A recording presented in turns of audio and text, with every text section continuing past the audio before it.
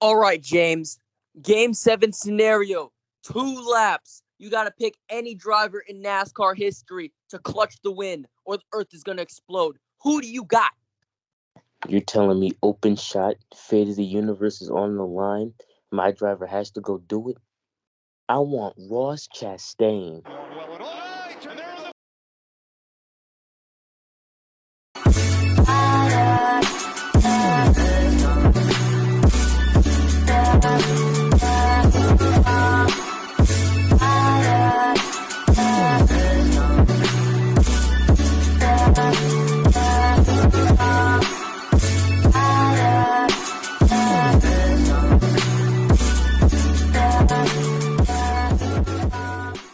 What's going on, guys, and welcome back to the Driving in Circles podcast, episode 18.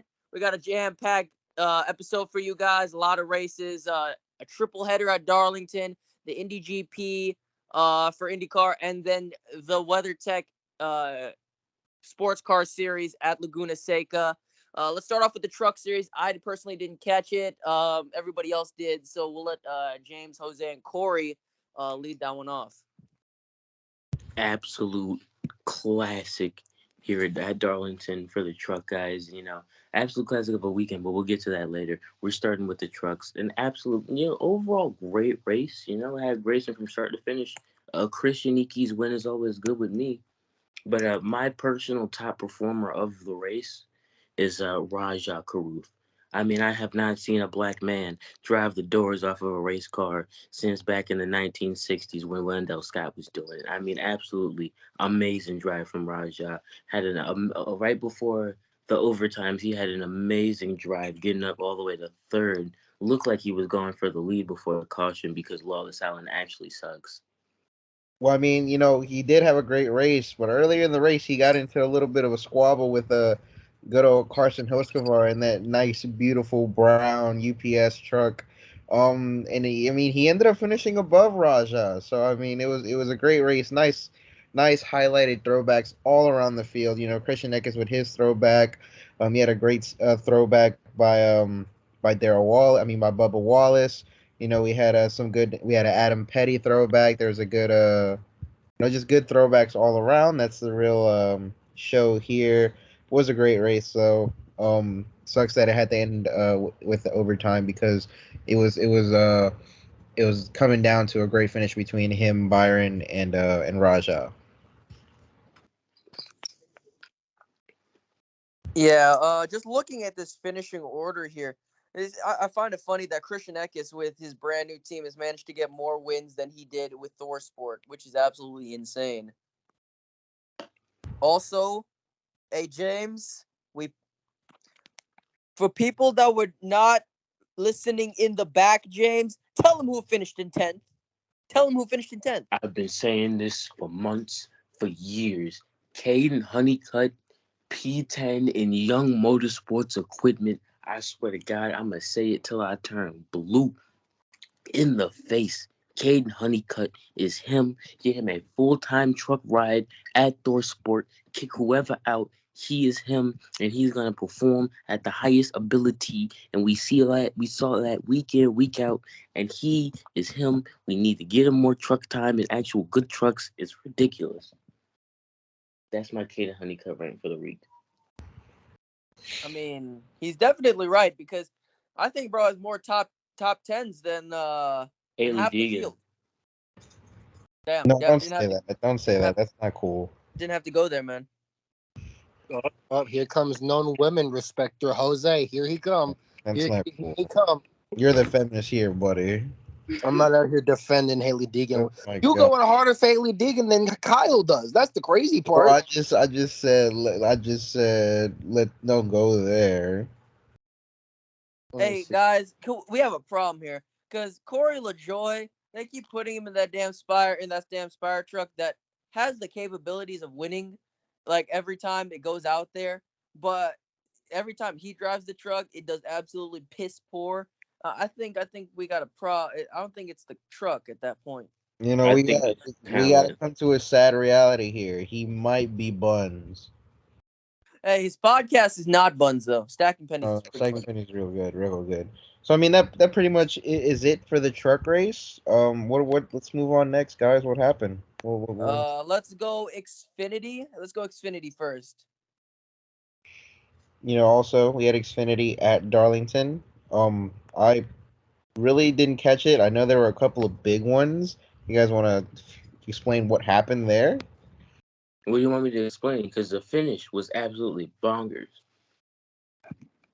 If we want to go through all the big ones, I think we could start from RCR, The Harvick, RCR the Harvick disaster wreck, flag. the Harvick RCR, wreck.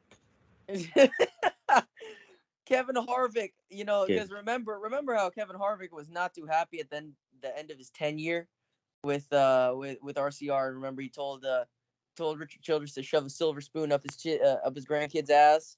Well, the one weekend that one of his grandsons is back in the car, guess what happens?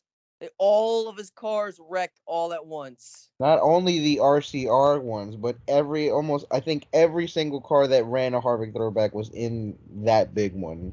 Hmm.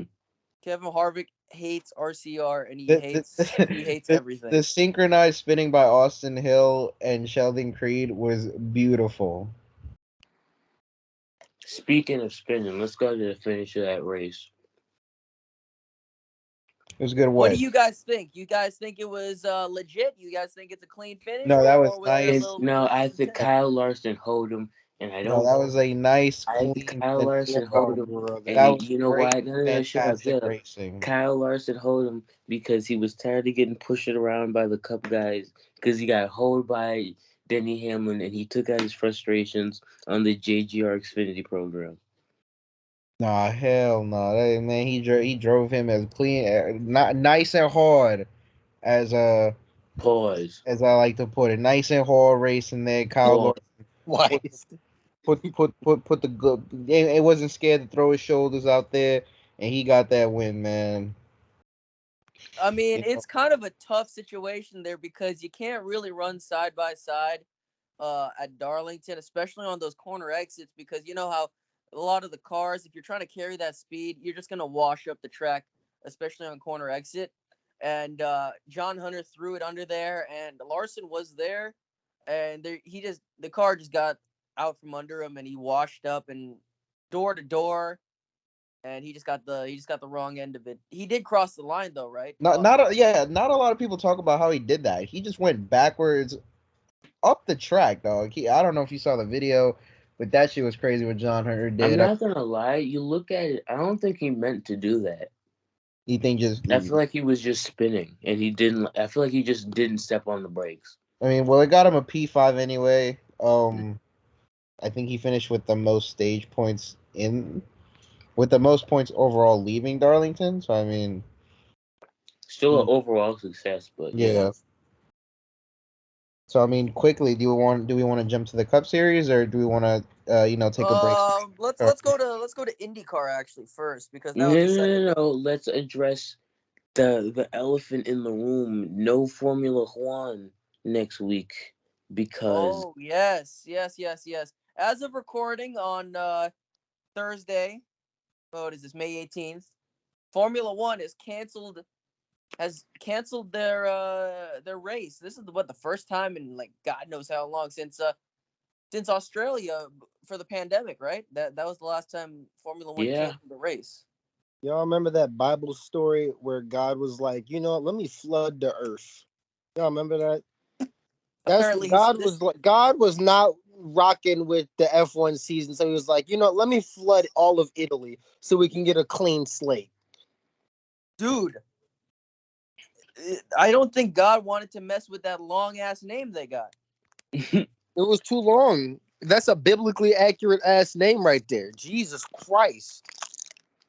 Amen. amen. But so I mean, there's no Formula One this upcoming weekend. There was no Formula One last weekend. What This should we go ruins to? what was supposed to be an immaculate triple header. Let's go with Cup. Should we go Cup? No, IndyCar. IndyCar. Okay.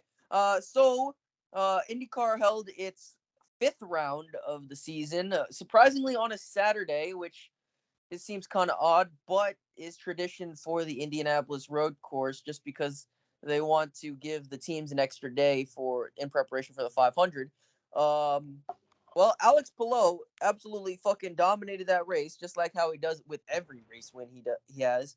Absolutely dominates, wins by 15 seconds on an alternate strategy. Pato Award second, James's guy. Another second place, 3 second places, James. When do you think Pato is going to get that first win? I mean, at this rate, Pyle doesn't need this first win. If he keeps getting racking up these second places, he can go get a championship Matt Crafton style. But I know he wants it, and I feel like 9 times out of 10, Pato's an amazing driver. He could realistically just go win the 500, but in 2 weeks. Where'd Uh, where'd your guy finish, Kyle Romaine? he finished actually 11th after. Okay, so he started 18th, right? He started 18th on the grid, and then there was that one incident. Who was it? I think it was somebody spun. Somebody spun in front and nearly collected him, and he ended up dropping all the way back to ninth, or all the way back to last by lap 3, and he clawed his way all the way back to 11th. So to be honest, a fucking great drive for for a for an alternate strategy. He was like, and he was picking him off pure pace too. Like it just sucked that he had such a poor qualifying, position. But really, the real story is got to be Christian Lundgaard and how well that Rahal Letterman Lanigan team performed this weekend. With Lundgaard getting his first career pole and leading a good majority of the laps before getting passed by Palou halfway through. And then Graham Rahal having a good run, but a miscalculation on their fueling ended up costing him probably a top 10 run. Kyle, And then, isn't this what Graham Ray Hall talked about when you talked to him? oh yes, they had this race circle, especially with Christian Lundgaard. When I interviewed him, I asked him about Indy. I said, "This is historically. I've crunched the numbers. This is one of your best tracks. How do you feel?" And he said he loves the track and that he had very high hopes. So technically, I predicted that Christian Lundgaard would have a breakout race that race. But Jack Harvey, got to give it up to Jack too. Uh, Great qualifying in the Firestone Fast Six, and he would have had a great run, but ended up spinning out and then going off sequence there. Tough break for him, but overall, Rahal Letterman Lanigan definitely was the star of that race. Oh, Arrow McLaren SP, another team. They finished second, third, and fourth. Great result for that team. I mean, they were so close from hitting the grand slam there. Um, but that they are going to be fast in the 500. They have got it together, and they're going to be. They always are fast in the 500, except for that one year with good old Fernando Alonso. We don't talk about that. Yeah, that was clearly a driver issue. Um. Anyway, other than that, that's pretty much it for IndyCar. We are doing a special IndyCar picks this week. This week for Bump Day. There's 34 cars compared to last year. There's only 33, so there was no Bump Day. This year we have a Bump Day. There's 34 cars, only 33 make the race. Go check out our Instagram to go check out who we have missing the race. Nobody is really off the pace. Nobody so far in these first few days of practice. We've all seen that everybody's running pretty fast. So I don't know. It could be a toss up. We could have another James Hinchcliffe scenario where a top guy ends up missing the race. You know, But that's the joy about Bump Day. if you do go look at the Instagram, see, look, I didn't want to pick Stingray Rob because that's who I ended up getting. But I mean, I ended up having last pick, and and these boys took the I'm not gonna say the good picks, but the most likely picks. Let's keep it a buck. But so yeah, Yeah, Stingray Rob, I want him to make the 500. yeah. It's Stingray Rob, my second favorite IndyCar driver after he wished me a happy birthday. He's I'm gonna split my pick to win the Indy 500. Stingray Rob. You calling it now? Campaign for it. Stingray Rob to win the 500. You can't have a name like Stingray and not be the biggest driver at the sport, and he's gonna do it here. Mark my words. First in Dick Pot history, I'm announcing my pick a week before picks. I mean, what's it called? This race, the Indy 500, it's so hard to predict because there's a number of things that can go wrong. But from what I've seen in practice so far, I have Benjamin Peterson missing the race, and now he's looking like a top 15 car out there. But, it's kind of early, and I feel like just him being a rookie and then the struggles at AJ Foyt Racing, which they've been just, let's say, flat out bad this year. Really Well, bad. I feel like we're gonna find out a lot today since it's getting posted. This video is getting posted on Friday, so today, well, no, today we're already gonna know what happened because Fast Friday, when they ramp all the speeds up, we get the full specs of all the cars when they're gonna be going to smooth 230.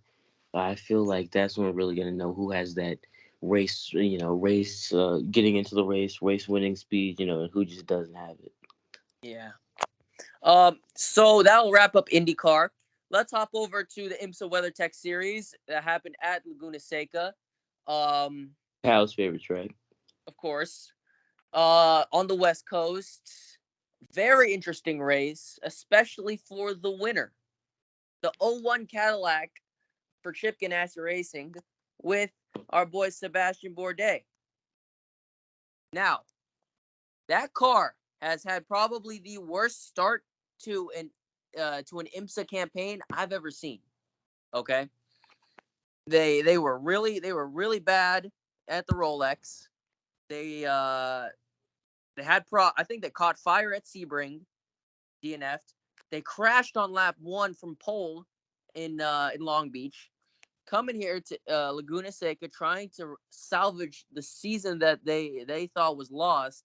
They come into Friday practice. They crash the car up on the turnpike up there on that left-hander. They crash the car. They work overtime. They qualify in the back because they wanted to save some tires. Ended up winning this race. Yeah, at one point probably Chip Ganassi was ripping his head off. That's how bad, that's how unlucky they I were. mean, to talk about riding the Le Chip, I mean, genuinely amazing performance for them to get back on the track and get back to their winning ways that we know they're capable of. Every team has their ups and downs, and it's kind of like a roller coaster. They were just starting like way at the bottom, and they're finally starting that incline to the top. Yeah. So nothing really much to say here. Mattia Jaminet with the P2, and Nick Tandy, Peppa Durrani, Alexander Sims, P3 round up the podium on GTP. We did see a brand new team for the GTP class. As we know, welcome back JD Miller Racing. Now in the banana boat. Jose, you were definitely a big fan of this team coming back. I was a big fan of the big customer team coming in. I mean, they were, of course they weren't on pace with the big guys, but it was good to see another entry for the growing GTD class. I mean, yeah, Yeah, GTP. Oof. they were really just taking their time, making sure that their car works, and to be honest, finishing the race is probably their main goal. I mean, Yeah, it's a win. It is a win. they still finished above the freaking BMW, and Oh that was yeah, on pace. they were having a horror show towards the end of their run. Yeah, LMP2. I don't know anybody in LMP2, but congrats to Steven Let's get Thomas and down Mikael to the Jensen. boys. No. Let's get down to the boys. Path boys started on pole in that velvety black plaid car. Absolute beauty. They were running a Didn't. throwback, James. They were running that Motul throwback. Yup. And Absolute. Absolutely. It was not a velvety smooth drive though. Uh, you know, Stumbled a bit out the gates. Was not a fun time for all. Finishing on the podium though.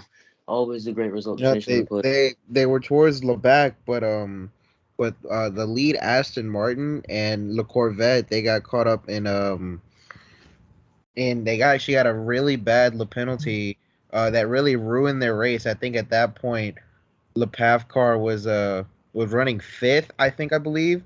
But after the penalty from those two, it really salvaged Le Paf Motorsports day. So I mean, they were lucky enough to come out with a Le podium. Yeah, I mean, what's it called? It was honestly looking like gonna be a great start to the weekend with Klaus getting his first podium in the IMSA WeatherTech series.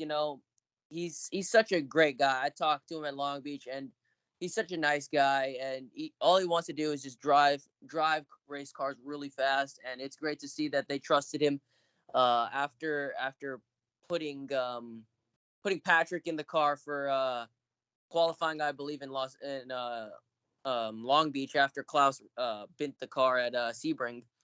But it's great to see him get that pole position.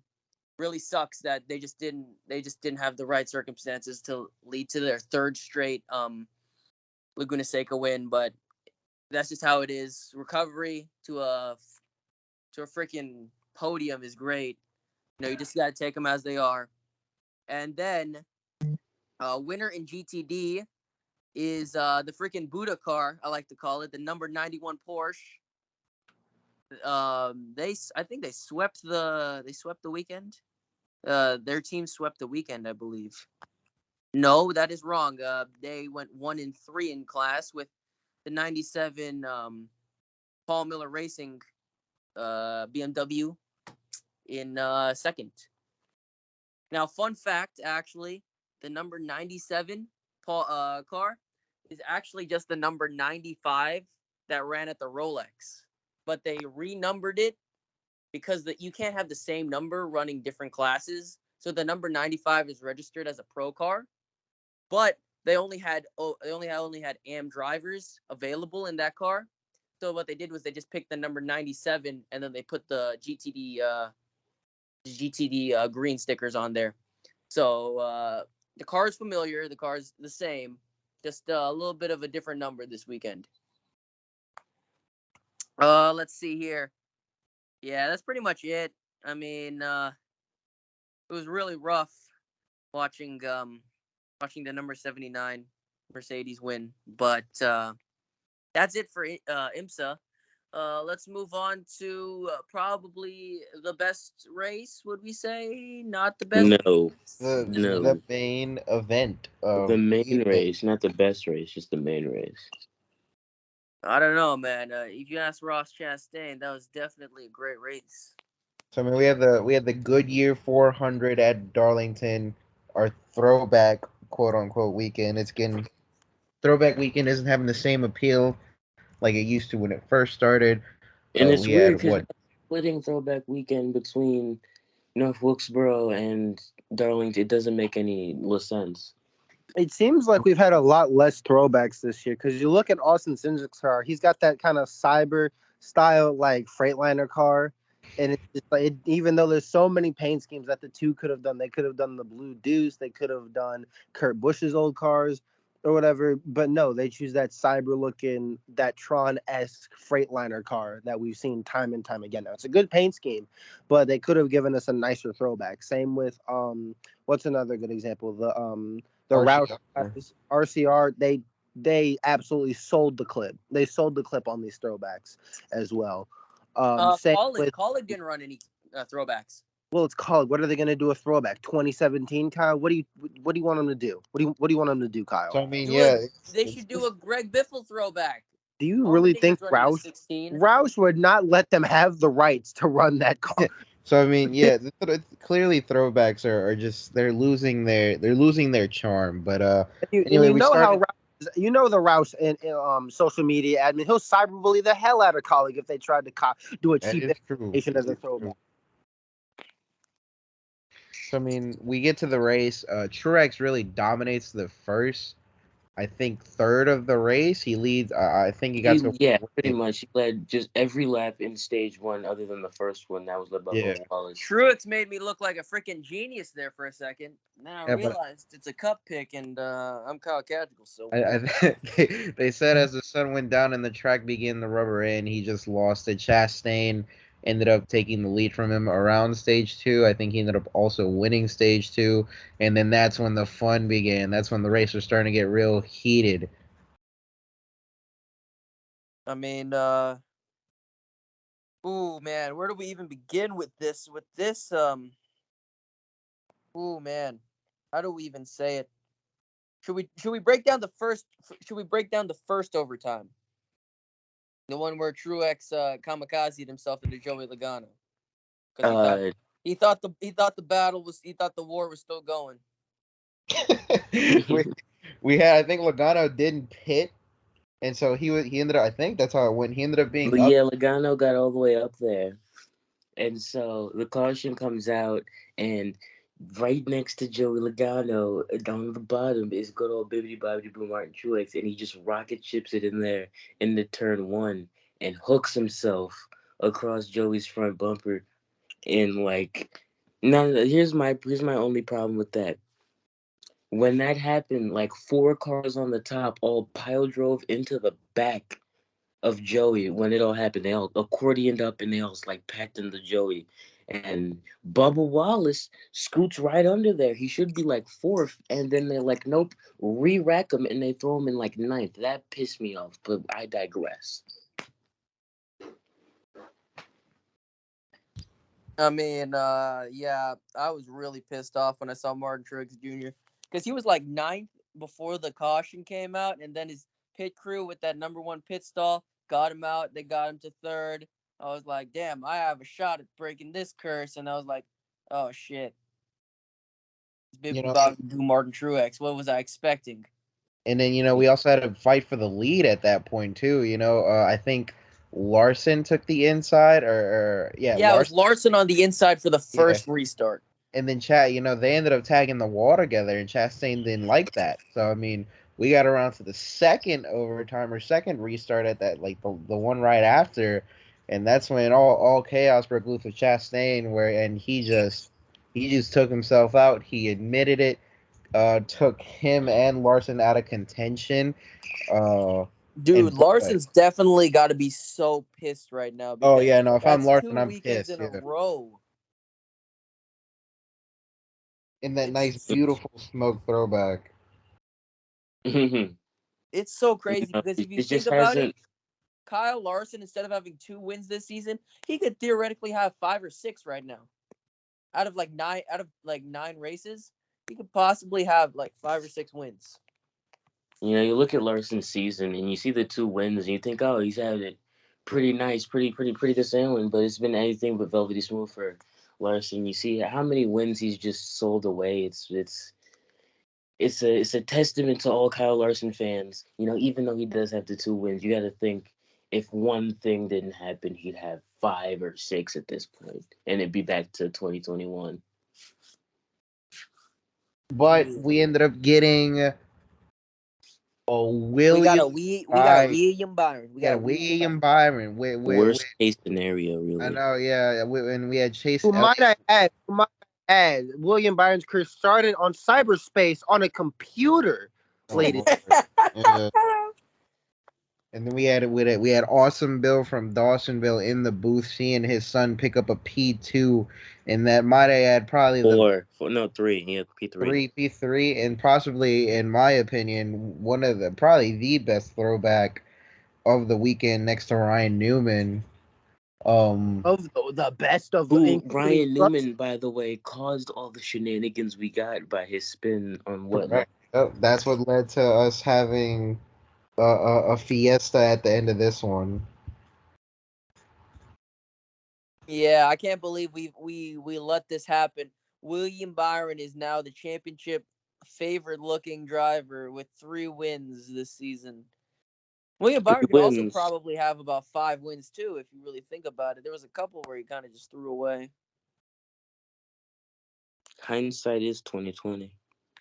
So I mean, well, that much wraps it up for the race weekend. We have the All-Star race this weekend. We have trucks and we have Indy 500 qualifying. Our I picks wonder are how on Ross. Instagram. I wonder. Sometimes, even though we clown on Ross and all this, we say he's a dirty driver and all this jazz. I don't say I Ross is a really, dirty driver. some people do. Shush. Ross Chastain races as aggressively as every normal sim driver. He races like there's like not a lot of consequences if he goes up and he walls somebody. He Yeah, races with that is. that. You know what, James? You're absolutely right. He races like he's in cyberspace and just has reckless abandon and does a lot of stupid things sometimes. But I really hope that he's not being cyberbullied online. I really hope he's taking it well. And yeah, but he just needs to like drive. We're not cyber racing. We're not on iRacing. This ain't sim racing. This is the actual NASCAR Cup Series. We Well race with said, Corey. integrity, Well said. integrity, We race for integrity. integrity. So let's get into picks. Let's go with trucks first. Shit, I don't even remember who I picked. For I am a genius. The second week in a row, I decided to choose Bubbers Wallace as my truck pick. Oh man. We had Corey I pick Corey Heim. I picked Christopher Bell, of course, in the 61 Hattori truck. Kyle, who'd you pick? I picked who did I see? Who's in 7? I think that's Kyle Larson. Yes, that's Kyle. With Bowman still gone. Yeah, that's Kyle Larson there. I think he's a good short track. This is the wrong short track for him, but it don't matter. Kyle Larson. And as I mentioned earlier, we have IndyCar bump day. I do not want Stingray Rob to get bumped, but that's who I had to pick because these guys picked the more safer picks. Yeah, like I said earlier, I got Benjamin Peterson. I chose R.C. Anderson, and my pick has been backed up as he didn't even put in a time for the first 2 hours on day one of testing. I think I knocked my pick out of the park. Corey, who'd you pick again? I picked the 44. He picked. Oh, He picked the one woman. Yeah, he picked. What a terrible person, am I right? And I was just looking down the entry list. And I was like, "What's the most?" broad. He said the broad. He picked the broad. And now we have the big main event, the return of the wonderful North Wilkesboro Speedway. I went ahead and said Kyle P. Busch. Jose, you should be good at this, considering that you were there for when the track was constructed. I wasn't there for when the track was constructed, bro. What are you talking about? I wasn't even there when they had the last race. That's a lie because Jose was there before cyberspace was a thing. He's a fossil, folks. I got Christopher Bell.